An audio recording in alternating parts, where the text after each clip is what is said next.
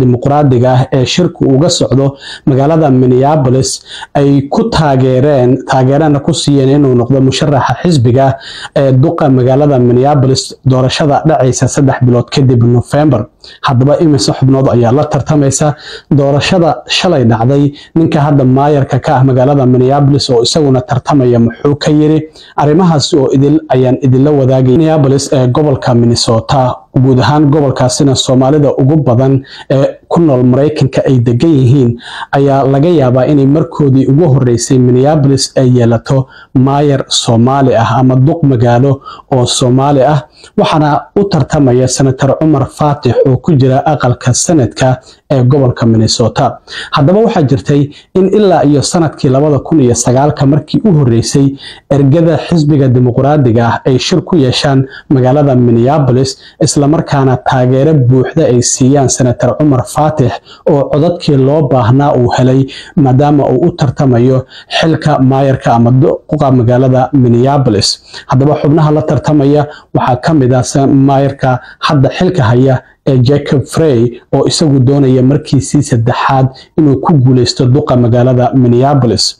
ergada oo 800 gaaraysa waxa ay shirkooda ay ku yeesheen xarunta Target Center oo bartamaha magaalada Minneapolis ku taala 800 waxa ahayd qasab in musharaxu uu helo codadka ilaa iyo 60% marka Senator Umar Fatix ayaa helay 60% taageerada ergada xisbiga dimuqraadiga isaga ayaana codadkii ugu badnaa helay sidaas ayaana wuxuu yahay hadda musharaxa ugu cadcad inuu ku guuleysto maayarka ama duqa magaalada Minneapolis doorashada bisha November ee dhamaadka sanadka November 4teeda dhacaysa 3 bilood iyo maalmo yar ayaa hadda ka harsan marka Soomaaliya hala taageero Senator Umar Fatix si maayarkii ugu horeeyay Soomaaliya aad yeelataan musharaxiinta shanta ah oo magacyadooda aan idin la wadaagayo mid waliba khudbad ayuu ka jeediyay shirka waxaana uu ku soo bandhigayay waxyaabaha uu doonayo inuu qabto waxyaabaha diiradda la saarayay waxa kamid ahaa dambiyada ka dhacaya magaalada Minneapolis sidii loo yareyn lahaa isla markaana ganacsiga magaalada kor loogu qaadi lahaa marka khudbadaha musharax waliba markii uu jeediyay kadib ayaa la codeeyay walow ololaha doorashada ee maayarka hadda xilka haya Jacob Frey ay arintaasi su'aal ka keeneen qaabka loo codeeyay qoraal ay soo saareen sidoo kale waan idin la wadaagaya marka shanta musharax ee tartamaysa waxay kala yihiin maayarka hadda xilka haya oo waqtigiisu sii dhamaanay isla markaan doonaya in markii saddexaad la doorto maayar Jacob Frey waxa uu xilka hayay ku dhawaad muddo 8 sano ah sanadkii 2018 ayuu maayarka magaalada Minneapolis noqday 2 mar ayaana la doortay markii saddexaad ayuu hadda doonaya in uu guuleysto Senator Umar Fatix oo isaguna 35 jir ah degmada 62 ayaa laga soo doortaa waxaana aqalka sanadka ee gobolka Minnesota uu ku jiray ku dhawaad muddo 5 sano hadda oo sanadkii 2021 ayuu soo galay waxaana uu noqday Soomaaligii ugu horeeyay ee Muslina ee aqalka sanadka ka mid noqda waa aqalka sanadka ee gobolka Minnesota xubnaha kale ee tartamayna waxa kamid ah nin qareena isla markaana ganacsadaha oo Jazz Hampton la yiraahdo waxa kamid ah nin baadari ah oo la yiraahdo Dr. Dwayne Davis iyo sidoo kalena haweeney u dhaqdhaqaaqda arrimaha bulshada dhinaca koonfurta Minneapolis oo iyadana la yiraahdo Brenda Short shantaasi xubnood ayaa tartamaysa laakiin labada xubnood ee ugu cadcad waa Senator Umar Fatix iyo maayarka hadda waqtigiisu sii dhamaanaya ee maayar Jacob Frey labadoodaba waan la kulmay anigu Senator Umar Fatix waxaan kula kulmay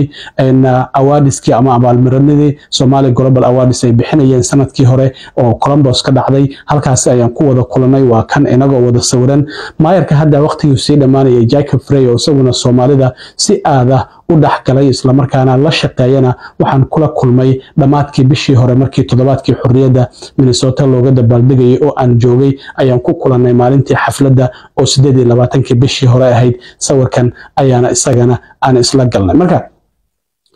codadkii shalay markii ergadu 800 ay codeeyeen oo Umar Fatix oo helay 60% codadkii la tiriyay qoraalkan ayuu waxa uu ku soo qoray bartiisa X waxaana Senator Umar Fatix uu yiri waxay arintan ii tahay sharaf weyn in ergada xisbiga dimuqraadiga ay isiyaan taageeradooda buuxda si aan u noqdo musharaxa maayarka magaalada Minneapolis doorashada soo socota ee November 4teeda dhacaysa 3 bilood iyo maalmo kadib waxaana uu yiri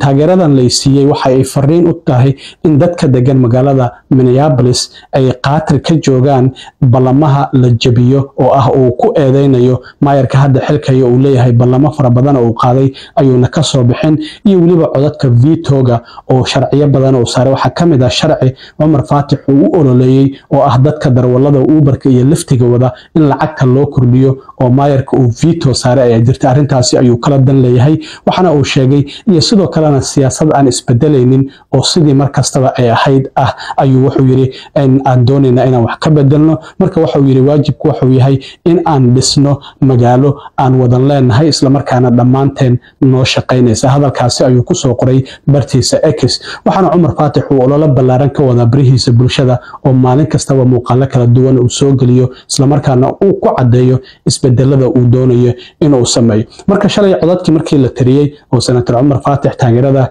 ergada xisbiga dimuqraadiga uu helay maayarka hadda waqtigiisa sii dhamaanaya Jacob Frey ololihiisa doorashada iyaguna qoraal ayay soo saareen waxayna sheegeen doorashada duqa magaalada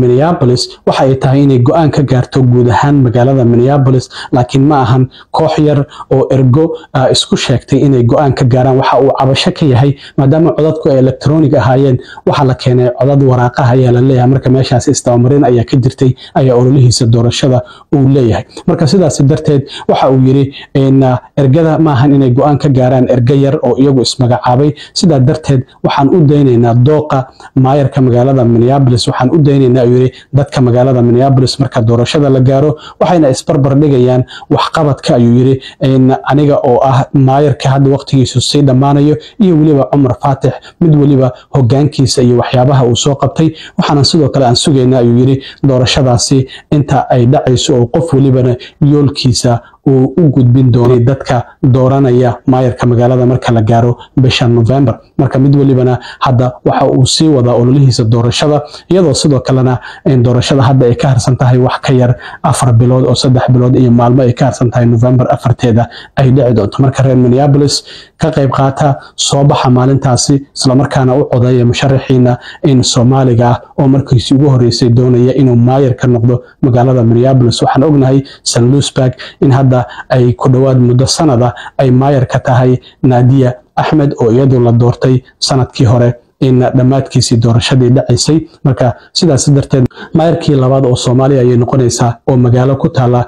gobolka Minnesota maayar ka noqdo waxaan ognahay in siyaasadda Ilhaan Cumar ay dhinaca Congress-ka ku jirto baarlamaanka gobolka Minnesota aqalka hoose iyo waliba aqalka sanadkana xubno Soomaaliya ay ku jiraan meelo kale oo kala duwan xilal kala duwan ay ka hayaan gobolka Minnesota marka waxay noqonaysaa in maayar magaalada Minneapolis ay yeelato oo Soomaaliya marka waxyaabaha kale ee ka soo kordhaya doorashada iyo isbedelada dhaca xitaa waxa aan isku dayi doonaa inaan wareysi la yeesho senator Umar Faatix oo isagana yoolkiisa iyo waxyaabaha uu doonayo in isbedel uu ku sameeyo in